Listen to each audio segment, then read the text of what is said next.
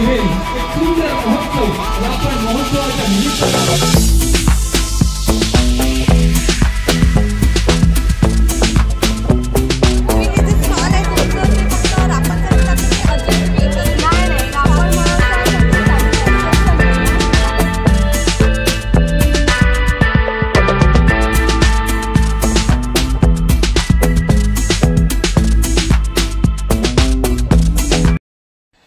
हे हाय, रात्रीचे 8 वाजलेत आणि आता आम्ही निघालोय रापण महोत्सवला कुणकेश्वरला। तर माझ्यासोबत आहे पार्टनर आणि आई। गेल्या वर्षी सुद्धा आम्ही रापण महोत्सवला गेलो होतो, पण तेव्हा आम्ही दुपारी गेलो होतो रापणीतले मासे वगैरे बघायला आणि त्याचा सुद्धा आम्ही व्लॉग बनवला होता। पण यावेळी आम्ही असा काही मोठा व्लॉग बनवणार हे ठरवलं नव्हतं, फक्त मिनी व्लॉगच बनवून टाकणार होतो। म्हणून मग दिवसाचं न जाता आम्ही रात्रीचं निघालोय। चला मग काय मज्जा आहे तिकडे बघूया। वेगवेगळे डान्स कार्यक्रम आहेत, सेलिब्रिटीज पण येणार आहेत आणि मस्तपैकी फूड स्टॉल्स आहेत, त्यामुळे आज रात्रीचं जेवण पण तिकडेच होईल। व्हिडिओ नक्की शेवटपर्यंत बघा आणि चॅनलला नवीन असाल तर प्लीज आमच्या ड्रीमर इन देवगड चॅनलला नक्की सबस्क्राइब करा व बेल आयकॉनवर प्रेस करायला विसरू नका, ज्यामुळे नवीन व्लॉग टाकल्यावर तुम्हाला लगेच बघता येईल।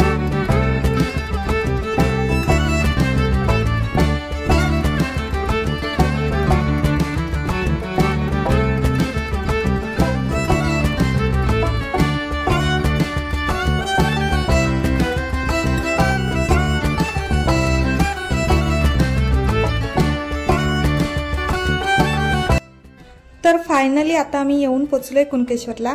तर तुम्ही बघू शकता रापण महोत्सव आहे तरी सुद्धा कुणकेश्वर मंदिरापासूनच सजावट सुरू होते आणि यंदा खूपच मोठा महोत्सव होणार आहे आणि रात्रीचं आले त्यामुळे कधी कधी विसरूनच जाते की रापण महोत्सव आहे, कारण इथे पूर्ण जत्रेसारखा माहोल केलाय। जत्रेवेळी मंदिराला असतं तसंच लाइटिंग आहे। तर आता आम्ही आधी मंदिर परिसरात आलोय, बरीच जण आहेत इथे, फोटो वगैरे काढायचं चालू आहे। आम्ही सुद्धा फोटोज वगैरे काढणार आहोत। यावेळी आमच्यासोबत आई सुद्धा आहे। आई असं जास्त कधी रात्रीचं वगैरे जात नाही कुठे बाहेर, त्यामुळे तिला सुद्धा घेऊन आलोय। आता आम्ही चाललोय काहीतरी खायला, असं म्हणूया। आई बघ इकडं काय खायला चाललोय, काय पाहिजे सांग। भूक लागली ना, भूक लागली आहे ना, काहीतरी खाऊया मग।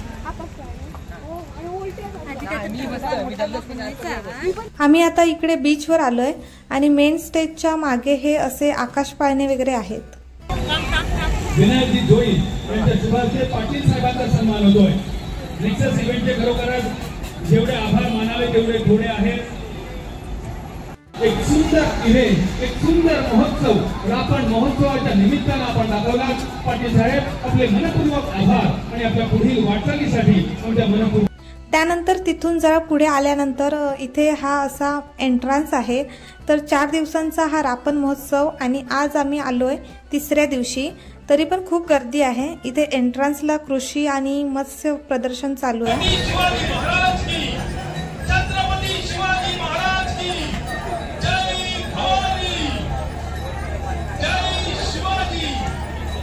मेन स्टेजकडे येऊन पोचलोय, पण एवढी गर्दी होती की आम्हाला बसायला चेअर्सच नव्हत्या। मे बी आम्ही लेट आलोय त्यामुळे। सो आता उभं राहूनच थोडा वेळ प्रोग्राम बघणार आहोत। मस्त मस्त ग्रुप डान्स, सोलो डान्स सादर करतायत। आईला मात्र मी एक चेअर मिळवून दिलीच। त्यानंतर आता आम्ही भूक लागली म्हणून फूड स्टॉल्सकडे आलोय। बरेच फूड स्टॉल्स आहेत, पण आम्ही आता नानेरकर यांच्या फूड स्टॉलमध्ये आलोय। तर तुम्ही बघू शकता त्यांची टीम इथे मस्त मस्त फिश रेसिपीज आमच्यासाठी बनवते।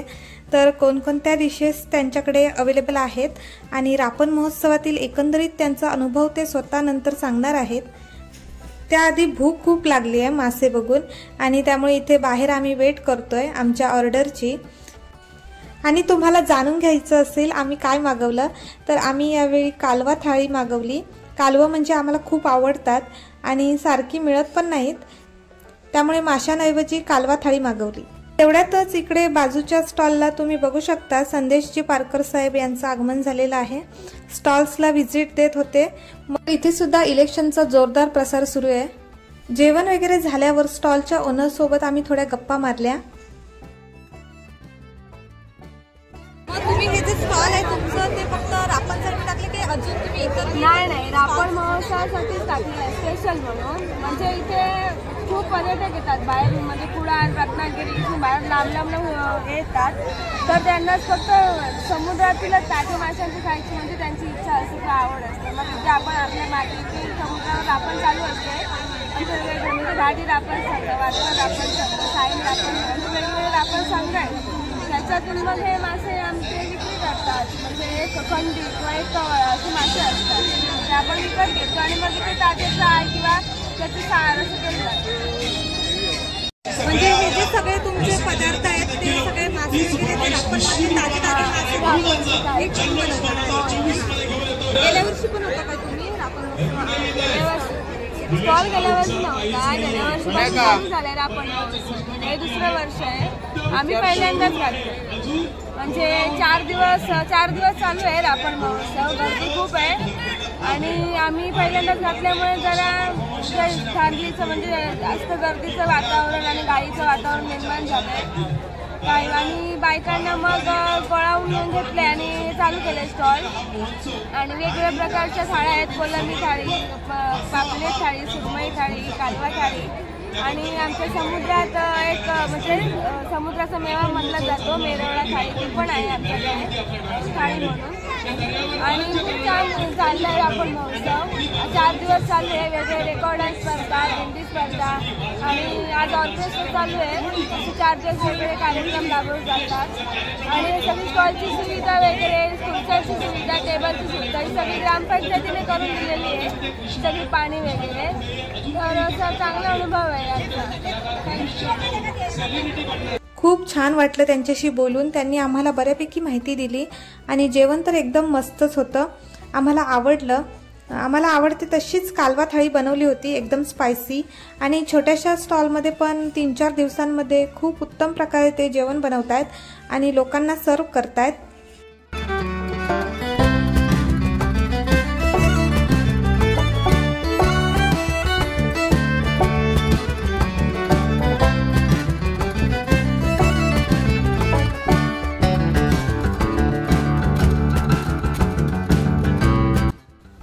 हे इकडे पापलेट, सुरमई, बांगडा फ्राय करायचं चालू आहे आणि इकडे भाकरी, बाजूला प्रॉन्स फ्राय करतायत.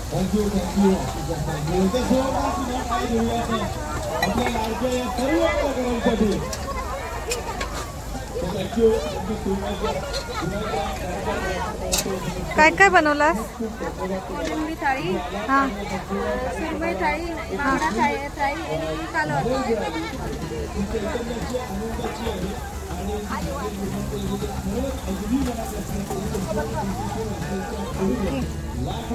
रापण महोत्सवचा आमचा हा व्लॉग तुम्हाला कसा वाटला कमेंट करून नक्की सांगा. व्हिडिओ आवडला असेल तर प्लीज लाईक, शेअर आणि सबस्क्राईब करा. भेटूया नेक्स्ट व्लॉगमध्ये. बाय.